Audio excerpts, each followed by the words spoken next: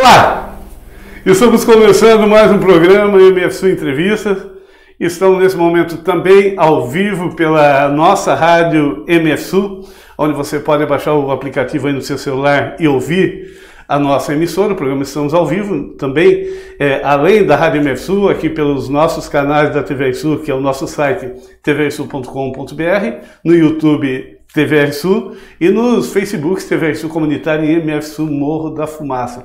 A todos vocês, sejam todos bem-vindos, sejam todas bem-vindas. Muito obrigado aí pela sintonia e compartilhe desde já aí o nosso canal, a nossa entrevista de hoje que promete ser muito boa com seus amigos, porque os seus amigos também são muito importantes para todos nós.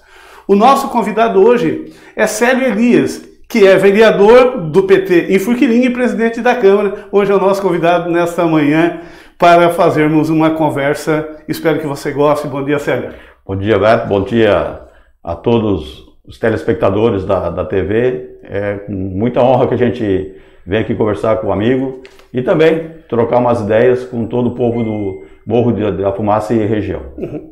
Célio, vamos falar um pouquinho da tua vida. Quem é Célio Elias? Célio Elias é um sujeito que nasceu, de Tubarão, né? Eu morei em Tubarão até os 17 anos.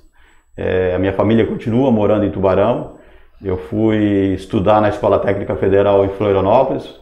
Sou formado em eletrotécnica, certo? E de lá, quando retornei dos estudos em Florianópolis, fiz um estágio na Incocesa, e da Incocesa fui trabalhar no Frigorífico Sul Catarinense, em Forquilinha. E lá comecei a minha vida profissional, né, como técnico em eletrotécnica, e também a minha vida política. Né? Em 1988, o ano da nossa Constituinte, os trabalhadores do Frigorífico Sul Catarinense resolveram fazer um enfrentamento contra a classe patronal e resolveram fundar um sindicato. Né? Naquele momento nós não podíamos ter um sindicato, então fundamos uma associação dos trabalhadores nas indústrias da alimentação. E começamos a fazer esse trabalho. Eu fui convidado numa reunião que eu não estava presente, né, porque os trabalhadores naquele momento tinham que se reunir escondidos, né, o pessoal se reunia debaixo da arquibancada do ginásio de esportes do Ideal Esporte Clube, que tinha em Forquilinha. Então, na sexta-feira à noite, ocorria essa reunião de um grupo de trabalhadores, porque se fosse descoberto, todos estariam na rua. E começamos a fazer esse trabalho, né, com o pessoal mais antigo, que trabalhava na desossa dos suínos, que lá era o forte da indústria era a carne suína, depois que começou a vir o frango. E aí, em 88, em abril de 88, foi fundada a associação com os companheiros da CUT, da Central Única dos Trabalhadores de Criciúma, né? O Laércio Silva, o Joel, né? Vários companheiros que nos ajudaram a fundar o sindicato. E em 19 de agosto de 1989, nós conseguimos registrar essa associação e transformamos em sindicato. Tá? E começamos a fazer esse trabalho junto aos trabalhadores da região, não somente de Forquilinha. Eu continuei trabalhando normalmente como dirigente de fábrica. Em 1996, nós fizemos uma disputa eleitoral que rachou a nossa direção. Tá? A gente fez uma disputa no qual o grupo que eu fazia parte foi o vencedor nessa eleição, com quase 78% dos votos válidos. Então, os trabalhadores queriam um sindicato mais ativo, mais presente. E em 96 fui liberado para o sindicato, depois dessa vitória. Eu fui o secretário-geral nessa chapa. E eu fui liberado para fazer todas as atividades do sindicato. Né? 1999, sou convidado para assumir a presidência do sindicato. Foi meu primeiro mandato, de 99 a 2002. E com o trabalho fui reeleito de 99 a 2002, 2002 a 2005. Né? E começamos a trabalhar e dar uma cara nova para o sindicato, porque nós entendíamos, já lá em 1999, que a luta dos trabalhadores ela não era uma luta individual, não era um foco somente de Forquilinha. A gente tinha que ampliar essa luta e buscar novos horizontes, mas no coletivo. Então nós começamos a participar fortemente da Central Única dos Trabalhadores em Criciúma, né? Então a gente criou um coletivo do movimento sindical, com vários sindicatos que naquele momento eram sindicatos de ponta, como o vestuário, como o ceramista, os metalúrgicos, né? O mineiro já estava em decadência, né? E aí começou a aparecer novas lideranças, o companheiro Tonhão, a companheira Janete, o companheiro Fred, aí depois veio o sindicato dos bancários, com o Laércio, com a Rose, né? Então a gente começou a trabalhar um movimento que a gente não discutisse somente salário. Então nós começamos a discutir questão da saúde, nós temos um coletivo, até hoje temos um coletivo forte de saúde, começamos a discutir o transporte coletivo, né? Nós criamos um movimento em Criciúma que foi um movimento assim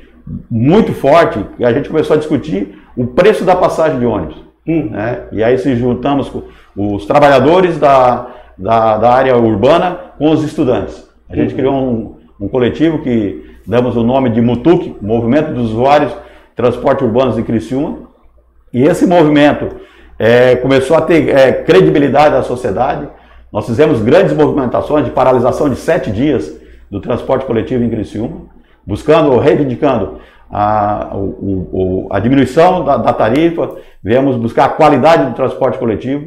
Então, naquele momento, forçamos o prefeito, no período ele foi interino, né, que quando derrubaram o Décio Góes, né, em 2002, se eu não me engano, 2006, 2005, o Décio ganhou as eleições, e o Antonelli se comprometeu com esse movimento de criar o Conselho Municipal do Transporte. E aí a CUT me indicou eu como membro efetivo desse conselho, junto com o companheiro Edgar Generoso dos bancários, e nós começamos, né? Nós fazíamos uma fiscalização assim em loco, nós discutíamos o preço do óleo diesel, nós discutíamos o preço da câmara de ar dos ônibus. Então nós brigávamos por centavo, porque nós sabíamos, nós tínhamos informações com cálculos, nós tínhamos uma assessoria técnica, que 1 centavo no transporte coletivo, ele ia render R$150 mil no ano para as empresas, tá? Então a gente tinha que cuidar muito das manobras, né? Eu digo que o transporte coletivo, não somente aqui na nossa região, Beto, mas no Brasil todo, é uma caixa preta, tá? É um sistema que dá muito dinheiro.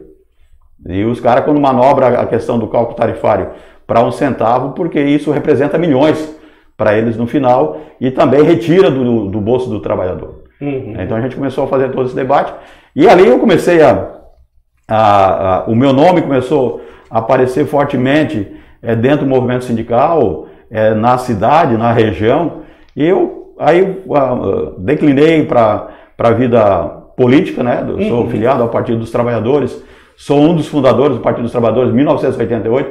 Quando a gente funda a associação em Forquilinha, nós fundamos também o Partido dos Trabalhadores em Forquilinha. Você imagina fundar um partido de esquerda e como o PT era tratado no Brasil, fundar uma terra dominada predominantemente pela origem germânica e pela italiana. Nós tivemos uma dificuldade imensa muito grande, né, de tocar esse partido. Mas a gente, com um coletivo, nós sempre trabalhamos fortemente dentro de um coletivo, nunca individual, porque a gente sabe que as conquistas, elas só se dão quando tu está bem assessorado e que tu está sempre muito presente com vários companheiros e companheiras valorosos, né? Então foi dessa forma que a gente sai do movimento sindical, sou dos membros que, dentro da linha sindical, o ramo da alimentação, ajudei fortemente na contribuição da construção da norma regulamentadora 36, que hoje é uma norma que está vigente no país, é uma norma específica para trabalhadores em frigorífico, que traz segurança e melhora a qualidade de vida dos trabalhadores em frigorífico. A gente teve constantemente reunião em Brasília com o pessoal do Ministério do Trabalho, em São Paulo, com o pessoal que realmente, com médicos, com fisioterapeutas, para que a gente entendesse o que a gente podia melhorar para os trabalhadores de frigorífico. Conseguimos avançar nisso. Também estive visitando o frigorífico nos Estados Unidos para conhecer a técnica deles em comparação à nossa, né, e chegamos à conclusão de que o Brasil está muito mais avançado do que os americanos na questão de processamento de carne, na questão de higienização dos trabalhadores com o trabalho no chão de fábrica dos frigoríficos. Estive na Argentina fazendo palestra, estive em Cuba fazendo palestra, falando no Uruguai, onde a gente tratou aqui na América do Sul, que nós entendemos o seguinte: não adianta a gente só mudar as condições de trabalho no Brasil. Nós temos que mudar na América, porque as empresas são o seguinte: quando ela vê que o movimento sindical está fazendo muita cobrança, eles começam a migrar para outros países, né? E a gente sabe que a carne brasileira é uma das carnes de processamento. Quando fala carne brasileira, é o frango, é o suíno e é o bovino. É uma carne que tem uma aceitação forte no mercado externo, né? Principalmente no mercado europeu, mercado chinês, mercado japonês, né? Na Arábia. Então a gente procurou levar para o mundo, tá, o quanto o trabalhador brasileiro passava de dificuldade, o quanto o trabalhador brasileiro ficava mutilado para produzir uma carne de qualidade para vamos dizer assim, para os gringos comerem. Né? Então a gente começou nesse movimento. Graças a Deus hoje eu tenho uma relação muito forte com o movimento sindical da alimentação a nível de Brasil. Né? Temos uma organização internacional, que é a União Internacional dos Trabalhadores da Alimentação, onde a gente tem também uma participação forte. Temos o nosso sindicato, o Sindicato da Alimentação de Forquilinha, tem uma diretora na União Internacional. Né? Então a gente começou a expandir todo o nosso conhecimento e buscar também conhecimento. Então, a partir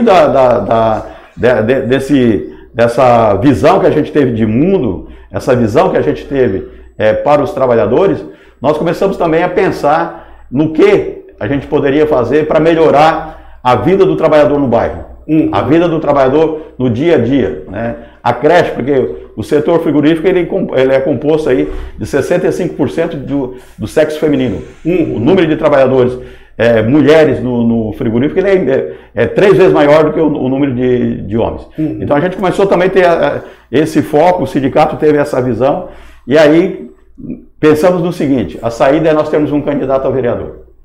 Tá? A gente tem uma representação junto da sociedade de Forquilinha.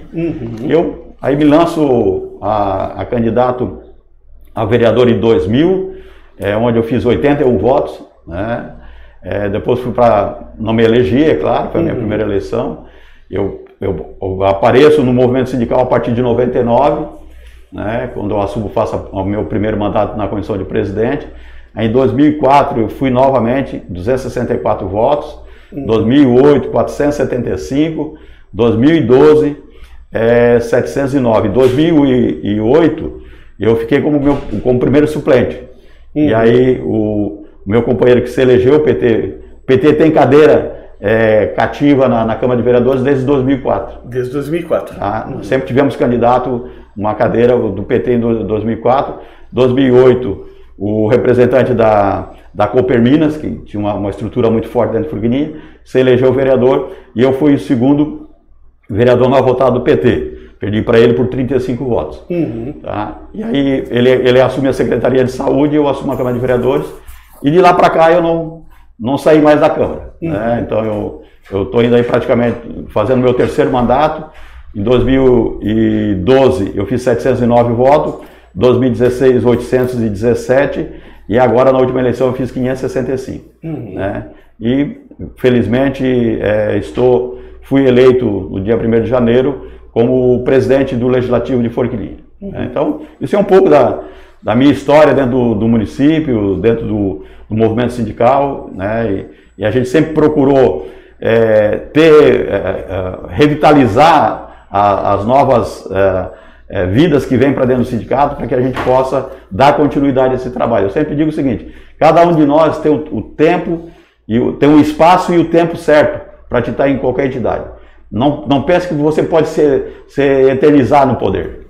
Tá? Eu sempre trabalhei no seguinte: a gente tem que estar renovando, porque se você tem essa renovação, você também se fortalece enquanto liderança.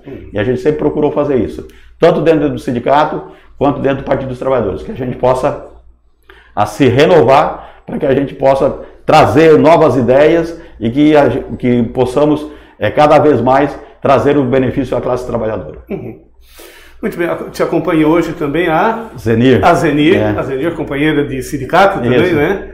Sindicalista, está aqui hoje também acompanhando então o vereador Célio. Para você que está chegando agora, a nossa conversa hoje é com Célio Elias, que é do PT do município de Forquilinha, que é presidente da Câmara nesse momento naquele município.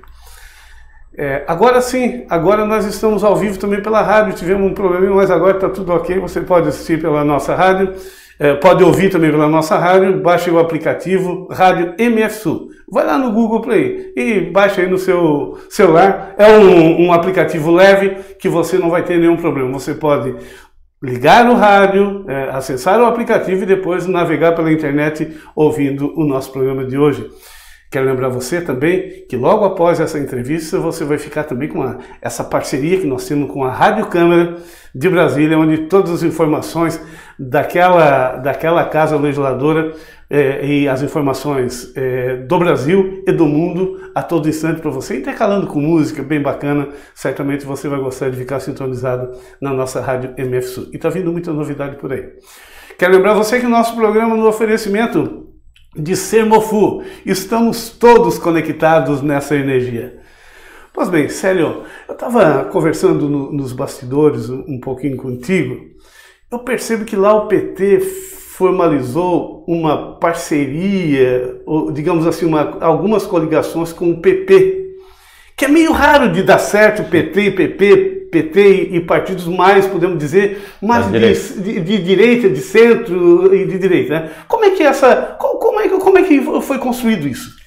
Assim, Beto, nós em 2008, o PP, o Partido Progressista, ele vinha de 2 mandatos, né, do antigo prefeito Paulo Reppers, 2 mandatos fortes, né, com aprovação aí de 70% a 80%, e chegou em 2008, porque o PP, o Partido Progressista, ele tinha um costume do seguinte, ele usava os partidos por 2 anos, ganha a eleição, por 2 anos, chegava no segundo ano, ele tentava descartar os partidos. E aí chegou no momento que nenhum partido mais queria ir com o PP, tá? Porque sabia que era só massa para ser usado.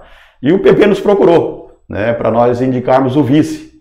E aí, nós numa conversa muito franca com eles, né, nós dissemos, a gente até poderia ir, mas tínhamos que ter algumas regras, né? E naquele momento a gente fechou com o Partido Progressista, indicamos o vice, né, que era o Félix Robot, que foi vice do Lei Alexandre, que era o candidato do Paulo Reppers, que era o antigo prefeito, que não podia ir mais para a reeleição, já tinha feito uma reeleição, e nós começamos a fazer um trabalho também de organização do partido, né, porque seria a primeira vez que o partido estaria dentro da composição do governo.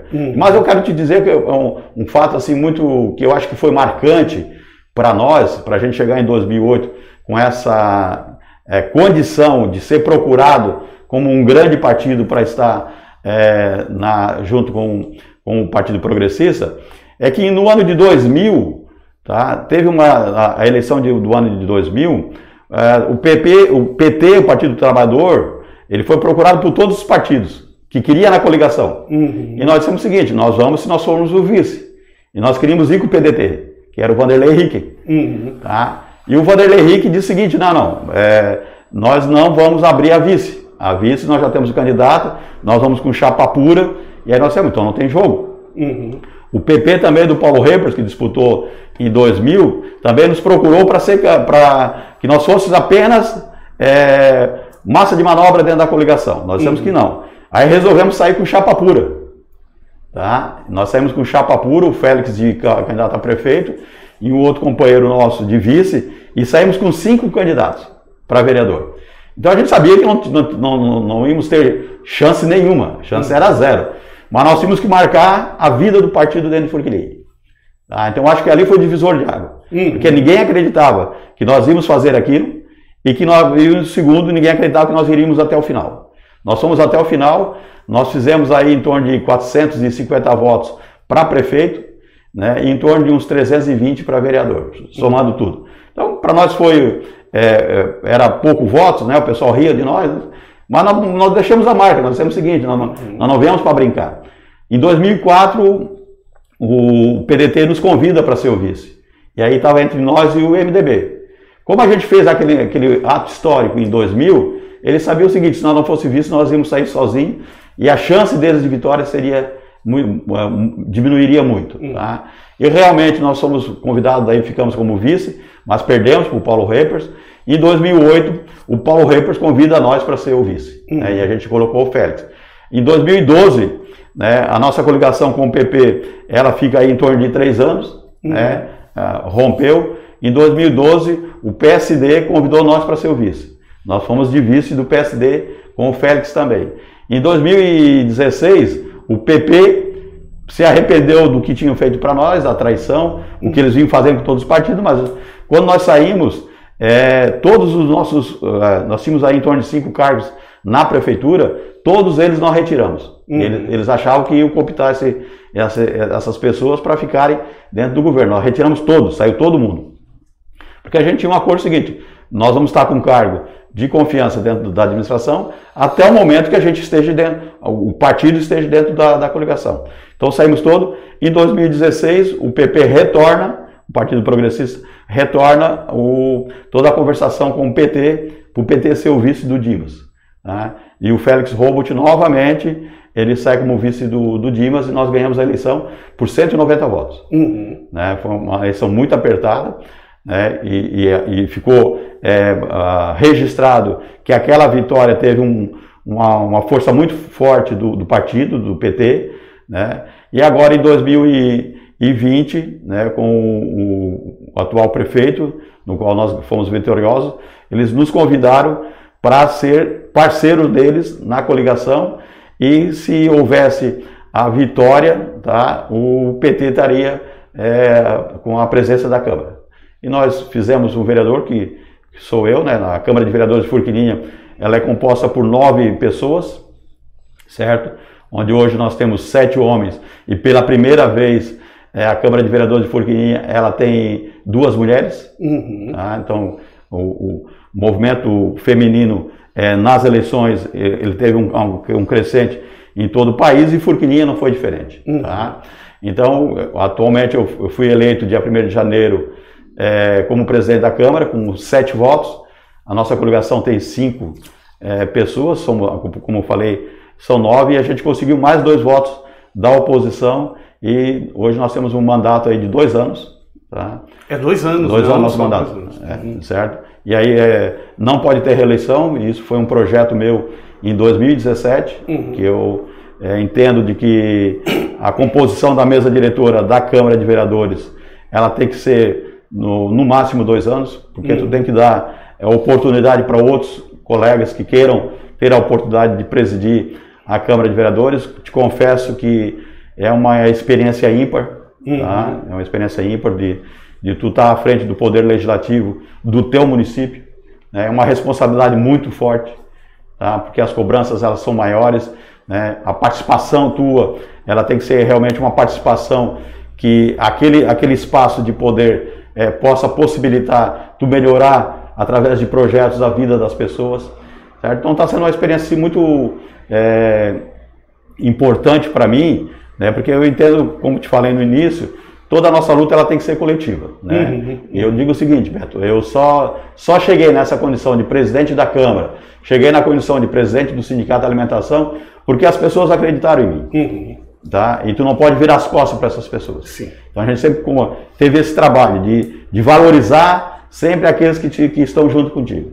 Porque se tu te achar que tu chegou no espaço, que tu é o cara, tu tá praticamente caminhando para a tua falência, enquanto pessoa, enquanto ser humano.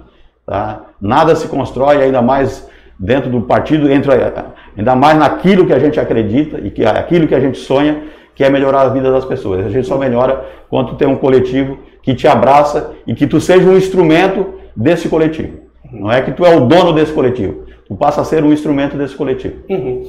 Porque não tem coisa mais maldita do que a traição, né? Sim. A traição quando se faz uma coligação, principalmente no meio político, a traição quando um político se elege e abandona a sua base eleitoral, é terrível, é um passo para o abismo, né? Sim, e assim, Beto, às vezes eu me caio numa contradição de pensamento, porque muitas vezes existe decisão que tu tem que tomar quando tu está numa coligação partidária, e ainda mais numa coligação que é de centro e de direita, e tu sendo um cara da esquerda, tá? Muitas vezes os interesses deles não comungam com aquilo que tu pensa. Uhum. E aí tu tem que saber trabalhar nesse sentido. Certo. Tá? Eu já tive muitos dilemas, assim, tanto no governo do Partido Progressista, quanto no governo do PSD agora, do Neguinho, que eles querem que, principalmente agora que eu estou como presidente da Câmara, eles querem projeto que vai mexer, né? Mexer na vida do servidor público, mexer nas questões de facilitar os cargos comissionados. E eu sempre tive uma posição muito clara, né? Eu sempre digo o seguinte, cara, ninguém me corrompe na minha ideologia. Tá? Não trabalho com meio termo. Tá? Aquilo que eu penso é aquilo que eu vou levar e é aquilo que eu aprendi. Para te ter uma ideia, existe um debate agora, está tendo esse debate aí no governo, que em 2018 eu apresentei um projeto de lei que os servidores públicos que estão em estágio probatório, tá? Que é, vamos dizer, a experiência do servidor público, né? Nós temos 90 dias, o servidor público tem 2 anos de estágio probatório. Ele não pode receber FG e ele não pode assumir cargo comissionado, tá? Por quê? Eu entendi o seguinte, o cara tá na experiência, aí tem aquele servidor mais antigo, tá? Aí porque o cara é próximo de um determinado político, ele é promovido. Uhum. Né? E o cara que é mais antigo, pô, vamos dar oportunidade para quem é mais antigo e se tem capacidade que ele vá. Uhum. Né? E aí aprovamos esse projeto. Na época o governo era o governo Dimas do PP e nós éramos o vice era o Félix Robert do PT. Tá? Eu apresentei esse projeto, tá? Foi votado por unanimidade, os 9 vereadores. O Dimas, como prefeito, ele rejeitou o projeto, vetou, tá? E querendo que eu votasse a favor do veto dele. Uhum. Nós fizemos o seguinte, nós trabalhamos mais 6 votos, tá? E nós derrubamos o veto por 7-2.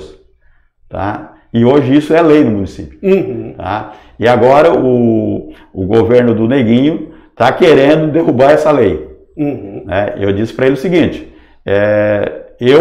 tu pode até ter voto suficiente para derrubar. Agora eu vou me posicionar contrário e vou buscar voto para derrubar qualquer projeto de lei que venha nesse sentido. Uhum. Tá? Porque tu tem que ter princípio, não é porque lá atrás tu estava numa condição e agora, porque tu é o presidente da Câmara, mas tem um dia de amanhã, né? Tu não, aquilo que você fala, a traição ela é grande, mas também quando nós somos o traidor, né? Porque se eu aceitar essa condição que o governo está querendo agora, eu vou trair aqueles servidores públicos que votaram em mim acreditando de que eu faria o diferencial para eles. Uhum. Né? Então, não é pela uma condição política de uma coligação que tu pode te corromper naquilo que tu pensa e nas tuas ações enquanto um instrumento que nesse momento é o servidor público de Forquilinha. Então, para mim está claro. Porque numa coligação, os partidos que se coligam, eles sabem quais os propósitos de cada partido. Portanto, se ele concorda, é importante se cumprir. Quando não se cumpre do outro lado. Exatamente, também, né? Exatamente. E todos sabem dos princípios, né? Então, por isso que é importante, eu fiz essa pergunta, coloquei nesse sentido, porque a traição é uma coisa que... o rompimento de um acordo mediante uma conversa é uma coisa, agora a traição é outra, é um pouco diferente, né? Então, por isso, nesse sentido. Marcelo, vou falar um pouquinho aqui na conjuntura nacional e estadual, porque lá em Brasília, no governo federal, está uma bagunça danada. Ninguém sabe quem é quem. Troca secretário, troca ministro e vai, uma hora o presidente diz uma coisa, daqui a pouco diz outra, uma hora a Câmara dos Deputados se posiciona de uma forma, daqui a pouco outra, daqui a pouco, enfim. E aqui em Santa Catarina não foge a regra. entra governador, sai governador, entra vice-governador, aí muda toda a estrutura daqui a pouco. Como é que está vendo essa situação? Não, Beto, eu digo assim, o Brasil hoje, assim como o estado de Santa Catarina, está uma bagunça generalizada, né? Esse mais de 350 mil mortos pelo Covid, tem um responsável, que se chama Jair Messias Bolsonaro. Tá? Porque se ele tivesse atendido todo o conhecimento científico, certo, dos ministros que passaram ali, principalmente o Mandetta, né, que foi o primeiro ministro dele quando chegou essa pandemia do Covid, eu tenho certeza que nós não estaríamos com esse número de mortos, nós não estaríamos nessa situação que nós estamos. Tá? Isso falando na questão de saúde. Nós temos semana agora, nós perdemos, Forquilinha está com 29 pessoas que faleceram, tá? De abril de 2020 a abril de 2021, somente de Covid. E jovens, tá? Nós perdemos um colega agora de 47 anos, um advogado. Criciúma, agora, um rapaz que eu conhecia, né? Eu tenho um filho de 35 anos, uma filha de 29, esse rapaz, esse professor de educação física, tá? Com 29 anos faleceu. Né? Então eu vejo assim, com descaso que esse presidente Bolsonaro está fazendo com a saúde no Brasil, é caso de prisão. Se a gente estivesse num país sério, tá? Eu não tenho dúvida que esse cara não estaria mais no mandato enquanto presidente. A economia está uma tragédia só. Tá? A economia, nós ainda estamos, vamos dizer, Forquilinha, ela é privilegiada porque ela tem uma empresa que é a JBS, de que ela produz e processa carne de frango, alimentos. Por isso que a gente ainda está numa condição que gera aí em torno de 2.300 empregos, direto. E aí Nova Veneza com mais 2.000 empregos. Então, o que a gente está passando na economia hoje, Beto, e ontem eu estava fazendo a conversa com alguns colegas na Câmara de Vereadores, a fome, ela já aumentou muito no país. Os famintos, o número de famintos no país está enorme, certo? A gente não, muitas vezes a gente não tá tendo essa realidade, porque a gente está dentro de casa, a gente tem o que comer. Agora a gente sai na periferia da cidade, pego alguns bairros que tem uma carência maior, a gente vê a necessidade das pessoas por cesta básica, porque não tem o que comer, tá? A indústria, ela está praticamente desacreditada, ela não sabe, os empresários não sabem o que fazer. Tá? Agora, vindo para Santa Catarina, essa bagunça aí de impeachment, entra Moisés, sai Moisés, entra a governadora. Eu estava escutando agora, quando eu estava vindo aqui para a emissora, o presidente da Fiesc, ele dizendo o seguinte, de que a governadora não deveria mexer no seu secretariado. Tá? Que ela mudou ontem o secretário de Indústria e Comércio, tá? E o pessoal da Fiesc está berrando, porque eles vinham numa tratativa com esse secretário, certo? E agora, de hoje, talvez, se o governador Moisés voltar, vai voltar aí dentro de 30 a 40 dias. Então nós tivemos 3 governadores em 2 anos. Né? Nós tivemos o Moisés, saiu o Moisés, entrou a vice, que é a governadora Gabriela? Daniela, né? Daniela, né, que é lá de Chapecó, né? Isso. A Daniela, depois voltou o Moisés de novo, agora a Daniela, então são 4 governadores, né? Em 2 anos. E isso, em qualquer organização, tu mudar o cabeça em tão pouco tempo, isso desestrutura tudo. Né? Então nós estamos com o Estado não está quebrado, porque a indústria é forte ainda, tá? O comércio é forte, o povo catarinense é um povo trabalhador, mas no total da economia, nós estamos perdendo muito. Né? Enquanto tu perde na economia, tu perde na educação, essa desestruturação do sistema híbrido. Né? Hoje, metade da escola vai, amanhã, na outra semana não vai. Então é uma bagunça geral. Eu tenho uma lei que eu aprovei agora na Câmara, junto com meus colegas lá, mas foi elaborada por mim, da vacinação dos professores. Tá? Para te tirar o risco que os pais estão hoje, a sociedade está com medo dessa pandemia que a gente está vivendo. Eu apresentei um projeto e foi aprovado, o prefeito sancionou, nós só estamos esperando a vacina para vacinar todos os profissionais da educação. Tá? E o Estado deveria focar nisso. Assim como está focando no pessoal da saúde, tem que focar no pessoal da segurança pública e no pessoal, nos trabalhadores da educação, que a gente vai dar uma garantia maior para os pais e também aqueles profissionais que estão na linha de frente, eles vão ter uma segurança maior e o medo deles vai diminuir. Então eu digo assim, infelizmente, nós estamos vivendo numa conjuntura insegura, tá? Quem está empregado está com medo de perder o emprego, e quem está desempregado não vê um horizonte que esteja uma luz para ele conseguir um emprego.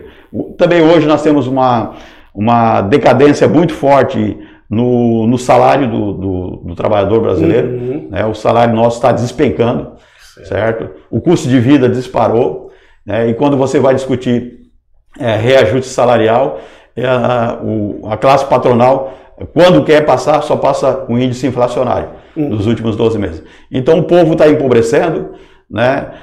O país caindo em descrédito a nível internacional, que isso é ruim pra caramba, né? Tanto é que essa briga do Bolsonaro com a Índia primeiramente, depois com a China, pelos insumos, né? Criticando os governos da China, da Índia, de Moscou, da Rússia, né? Isso trouxe um prejuízo muito forte, tanto é que esses países não queriam vender insumos para produzir a vacina no país, tanto pela Fiocruz como pelo Butantan, né? Então eu acredito que, infelizmente, né, nós estamos caminhando para um horizonte que ninguém sabe para onde a gente vai cair. E agora, recentemente, essa semana aí, o presidente do Executivo, que é o Jair Bolsonaro, criticando e pedindo impeachment de ministros do Supremo Tribunal Federal. Então é uma bagunça, né? Porque quem está fiscalizando, que é o Supremo, ele não quer ser fiscalizado pelo Supremo, né? Então como se ele fosse o todo-poderoso no Brasil. E a gente sabe que no sistema, na democracia que a gente vive, né, entre aspas, né, que não é bem uma democracia, mas no sistema que a gente vive, político no país, o presidente não manda sozinho. Nós temos o Congresso, que é a Câmara, que é o Senado, nós temos o Supremo Tribunal, nós temos os tribunais de conta, que isso tudo deve ser respeitado. E o Bolsonaro, na sua visão de Brasil, ele quer ser um ditador. E a gente tem que cuidar para que isso não venha acontecer. Eu fico muito preocupado quando um presidente da República vai fazer a crítica a um ministro do Supremo Tribunal Federal. Nós nunca ouvimos falar em impeachment de ministro. Né? Quando que a gente ouviu o presidente? Já ocorreu alguns impeachment, mas foi com mau uso do dinheiro público dentro do Supremo Tribunal Federal. Agora, um outro poder pediu o impeachment o Executivo pediu o impeachment do Judiciário, eu acho que nós temos na contramão, que deveria, geralmente é o contrário, né? É o Judiciário que encontra irregularidade no Executivo e sinaliza com um pedido de afastamento. E hoje no país, nós vimos aí um presidente, imagine se isso virar moda, né? Junto aos governadores, né? Junto aos prefeitos, que a gente pedir o impeachment de um juiz da sua comarca.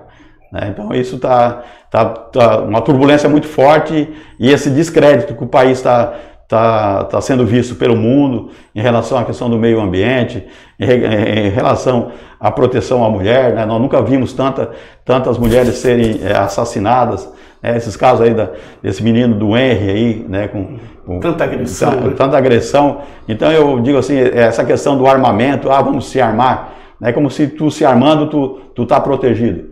Eu acho que se tu tiver armado, se tu levantar a arma, ou tu atira ou tu morre. Agora, se tu tiver desarmado, a tua condição para te sair vivo, ela é muito maior ainda. Então, a melhor arma para uma população é gerar emprego, condições de vida. Né? Exatamente. Nós temos de 9% para 27% de desempregados, é muita coisa no Brasil. É muita coisa. Nós chegamos no limite máximo histórico no Brasil de desempregado, então isso é uma coisa fabulosa. Né? E a sociedade tem que acordar para isso, né? E a sociedade tem que acordar para isso. Ela está adormecida e para nós isso é muito ruim quando o povo não reage, né? Muito bem, a nossa conversa de hoje é com o Célio Elias, que é presidente da Câmara, é vereador pelo município de Forquilinha. O Célio, que é do Partido dos Trabalhadores do PT, hoje é o nosso convidado para essa conversa. Lembrando a você que o nosso programa no oferecimento de Semoflu, uma cooperativa nossa e somos todos conectados nessa energia.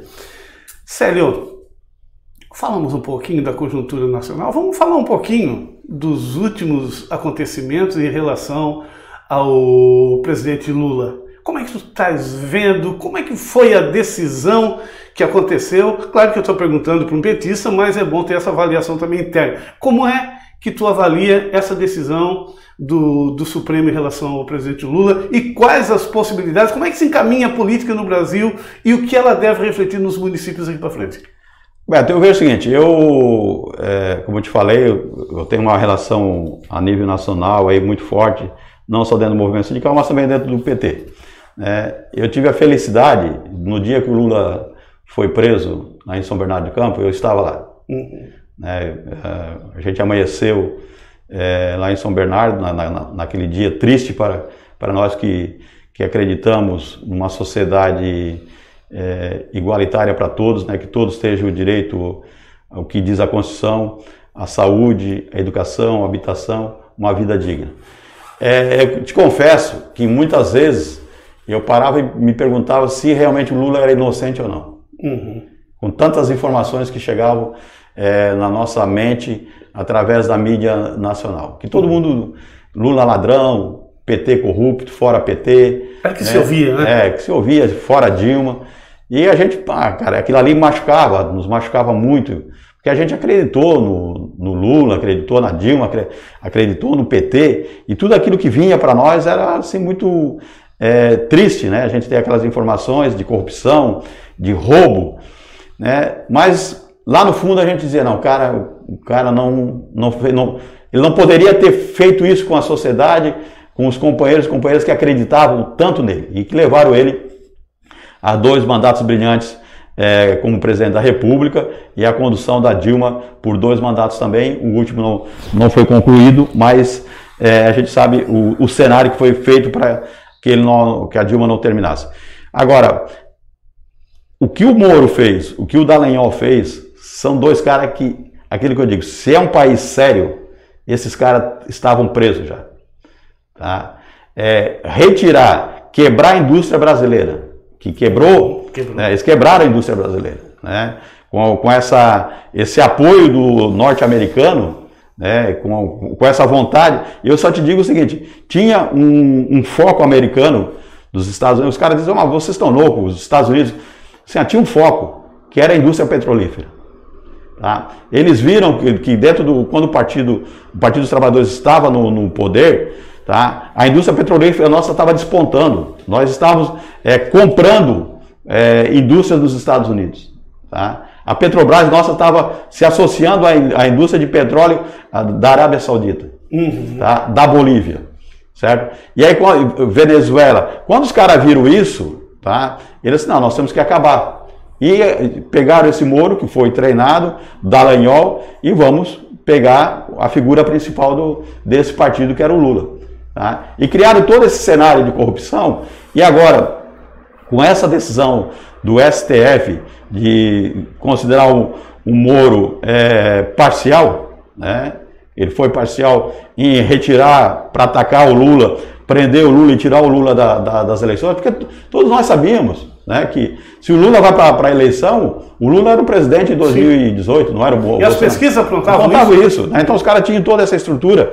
Tá? E aí quando eles fazem esse ataque ao PT, ao Lula, né, tu imagina as grandes emissoras de televisão, entrava o Jornal Nacional, era 1 hora só atacando o PT, atacando o Lula. Né? Qualquer outra emissora de televisão, Record, Band, era só o Lula. Tu ligava um programa de rádio local, o ataque ao Lula. Então isso demonstrou de que existia uma estratégia para tirar o PT do cenário, para acabar com o PT, mas eu te digo o seguinte, cara, eu não sei se eu aguentava o que o Lula aguentou. Né? Ele foi muito forte, ele sempre se colocou, porque se ele quisesse sair da prisão antes, ele teria saído nos acordos que ofereceram, porque eles queriam, o sistema foi colocado, queria que ele se reconhecesse como bandido. Né? Eles ofereceram de tudo, tu vai para tua casa, tal, mas tu tem que dizer que tu é culpado, que tu fez isso, que tu... Certo? E eles diziam, não, eu vou provar minha inocência. né? Um cara que perdeu o neto, né? Foi proibido de ir o velório do irmão, certo? Foi o velório do neto com segurança que não podia cumprimentar nenhum familiar, certo? Então eu digo assim, o sistema, ele é muito bandido quando ele quer te destruir. E foi isso que eles fizeram com Lula e fizeram com o Brasil. Né? E isso foi uma influência externa, que está provado hoje, que tanto o Dallagnol quanto o Moro foram treinados pela CIA para fazer, né, que é o sistema de inteligência americano, tá? E hoje o STF reconhece, porque o STF também foi omisso, porque eles tinham essas informações e eles também estavam no jogo para tirar o Lula, principalmente o ministro Fachin. Sim. Né? Quando morre o ministro lá, que o avião caiu, né, eu acabei esquecendo, que ele ia ser Teori Zavascki, né, que ele ia ser o relator do processo da Lava Jato, tá? Então, muito estranho, né? Então, o cara morrer uma semana antes de ele pegar todo ele ia dar um parecer sobre o relatório da Lava Jato, que ia tirar o Moro, o Teori lá atrás já ia tirar o Moro, tirar todos os processos de Curitiba e ia encaminhar para Brasília. A decisão que o STF tomou hoje, o Teori ia tomar na semana seguinte, teve uma morte que não foi muito explicada. Não está explicado. Um avião caiu da forma que caiu, né? E hoje o próprio filho dele afirma que o pai foi assassinado, né? Então, assim, ó, um crime, uma explosão de um avião que caiu, que as forças, a Força Aérea, que geralmente faz toda a inspeção de queda de avião, não deu nenhuma explicação até hoje. O que aconteceu com aquele voo? Né? Tinha bomba, o avião não tinha combustível, foi falha mecânica, foi falha do piloto. Então, essas coisas que aconteceram, que eu digo o seguinte, o Lula vindo, tá? Eu tenho ainda uma preocupação se realmente o sistema vai deixar ele ser candidato, tá? Tem uma decisão amanhã, eu acho que... Tem uma decisão, quarta-feira, né? Mas isso não vai ter influência. Em cima daquilo do Fachin, né? Que considerou a Justiça Federal de Curitiba, ela parcial, que foi a questão do Moro, e jogou tudo para Brasília. Então, o pleno, né, que são os 11 ministros, vão julgar, né, se a decisão do Fachin foi monocrática, né, e se isso vai ser, como se diz, homologado ou não. Eu acredito que não tem como voltar atrás depois da suspensão que eles fizeram do próprio Moro, né? Mas o sistema, tu sabe como é que joga, né? Sim. A gente sabe que hoje está saindo, ainda bem que o Intercept resolveu lançar tudo isso, né? Porque a gente, se o Intercept não faz isso, nós viveríamos sem conhecer os fatos verdadeiros, né? Quando aquele desembargador deu despacho para liberar o Lula naquele domingo, se não me engano, foi em agosto de 2020, né, que saiu, que todos nós ficamos felizes. E aí o Moro, que estava de férias na Espanha, né, articulou com o presidente do Tribunal Federal, né, o TF4 de Porto Alegre, para que a decisão não fosse acatada, né? Envolveu o chefe da Polícia Federal para que o Lula não fosse solto de Curitiba. Então, tudo isso eu acredito que temos uma perspectiva muito boa, né? Se o Lula for candidato, e ele só não vai ser candidato se criarem uma nova falsidade para tentar incriminar ele, que eu acredito que hoje que eles não têm mais nenhuma moral. Não é o sítio de Atibaia, não é o triplex. Eu acho que acabou a farsa, tá? Mas eu sempre digo o seguinte, tu nunca diga que o teu adversário está morto. Nunca subestime demais. Subestime, né? Então eu tenho preocupação nisso agora. O Lula sendo candidato a presidente, será o nosso presidente a partir de 1º de janeiro de 2023, e o Lula vindo, é claro que vai dar uma grande força para as candidaturas de governador, de senador, de deputado estadual, federal, do Partido dos Trabalhadores. Eu acredito que a sociedade volta a acreditar, né, de que nós podemos ter uma vida digna, com geração de emprego, com um alimento farto para todas as classes, né, com a saúde digna, que o SUS seja valorizado. porque nessa pandemia, muitos que não conheciam o SUS, que é o Sistema Único de Saúde, passaram a acreditar que realmente, se nós não tiver um sistema de saúde unificado que atenda todos iguais, né, não vai ser a iniciativa privada que vai dar saúde para o povo. Então, eu acredito, Beto, né, nessa sua pergunta, de que o Lula sendo o nosso candidato, e eu torço aí que seja, nós vamos voltar a sonhar novamente nesse país. Sério, para a gente encerrar a nossa conversa de hoje, a primeira conversa de tantos que certamente a gente vai fazer, está vindo aí o ano que vem, já estamos praticamente respirando a eleição 2022, né? Que vem eleição para presidente da República, senadores, governadores, deputados federal e estadual. Já fosse candidato a deputado federal pelo PT na eleição passada, né? E agora vai novamente, vai enfrentar a federal ou a estadual? Qual é a tua perspectiva? É pré-candidato?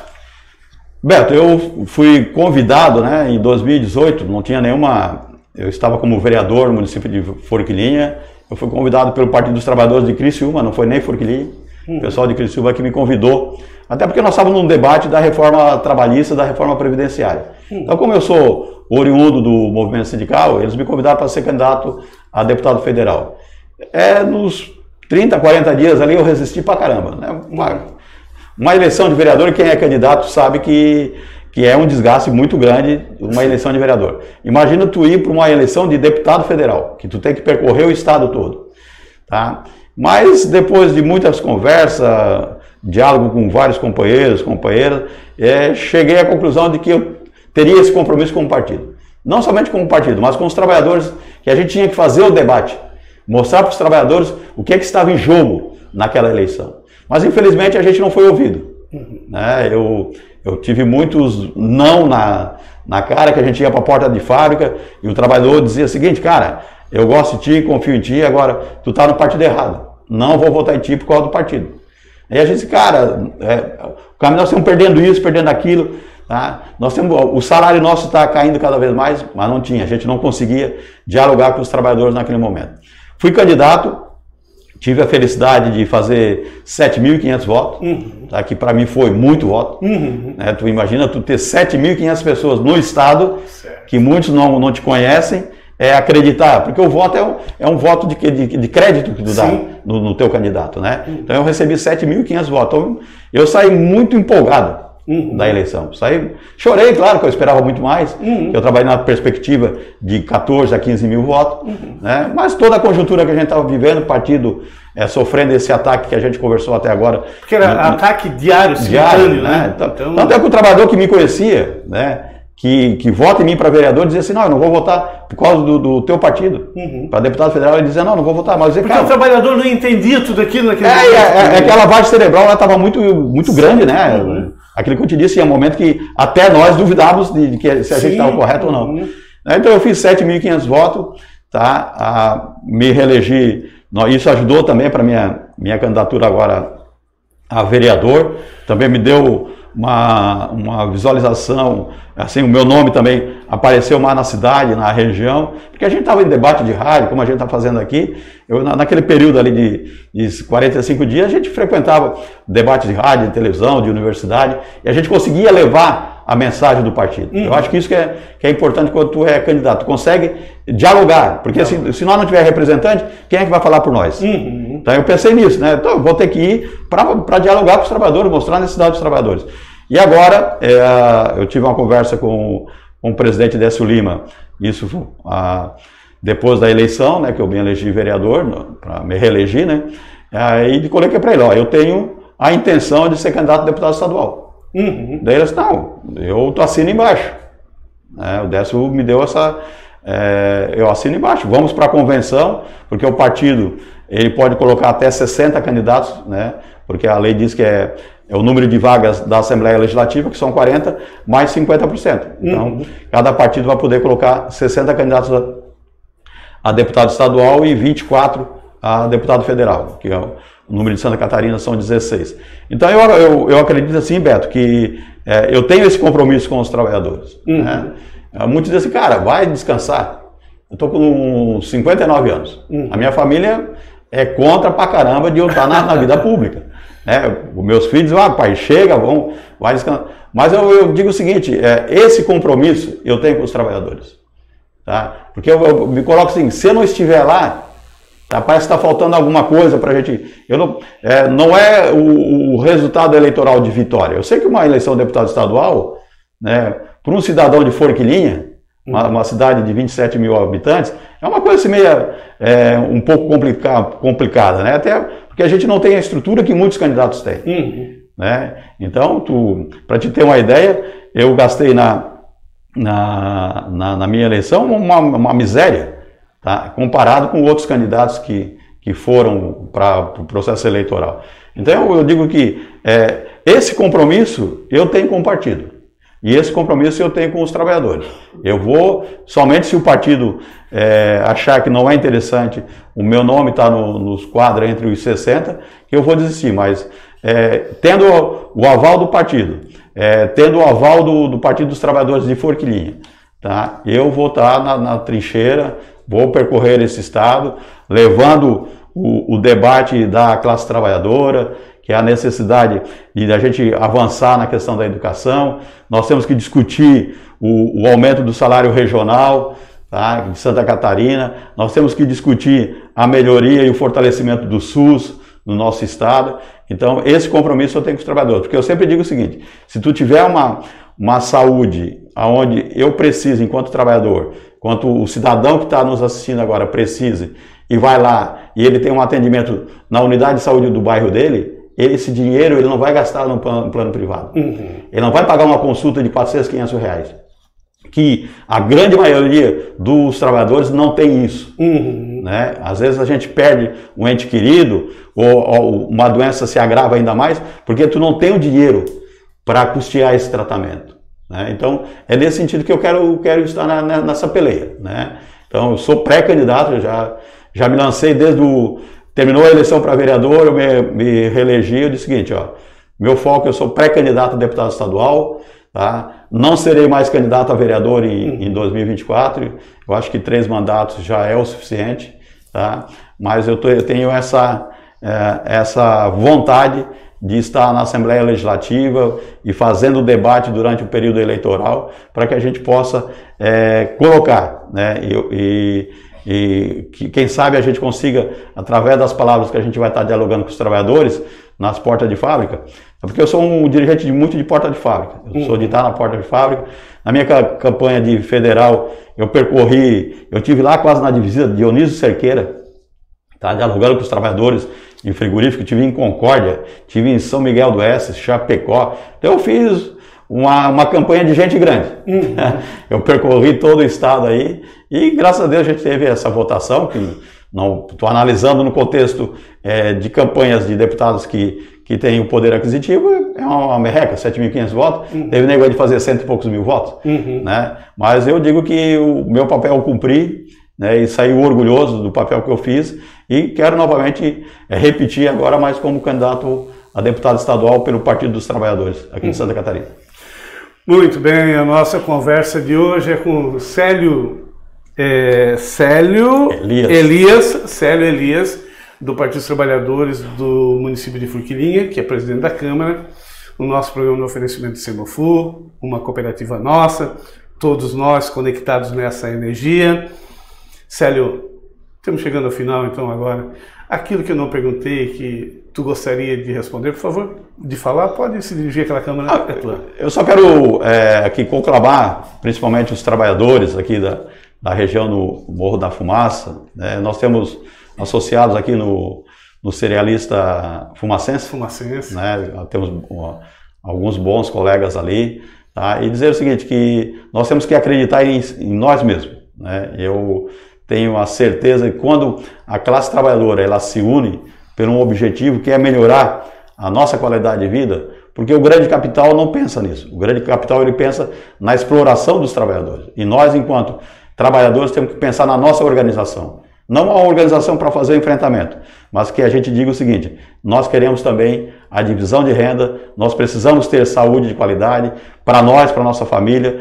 Queremos uma educação de qualidade, que nossos filhos possam frequentar uma universidade com as mesmas condições que o filho do grande capital frequenta. Então, é dessa forma, deixar um grande abraço a todos os telespectadores da TR Sul, TVR Sul, aqui do Morro da Fumaça. Um abraço, Alberto, a gente já se conhece há um bom tempo, né? E quero agradecer de coração essa vinda aqui e espero ser convidado novamente para a gente estar aqui trocando ideias, porque esse espaço, né, o espaço da imprensa, ele é importante quando ele é usado para a plena democracia.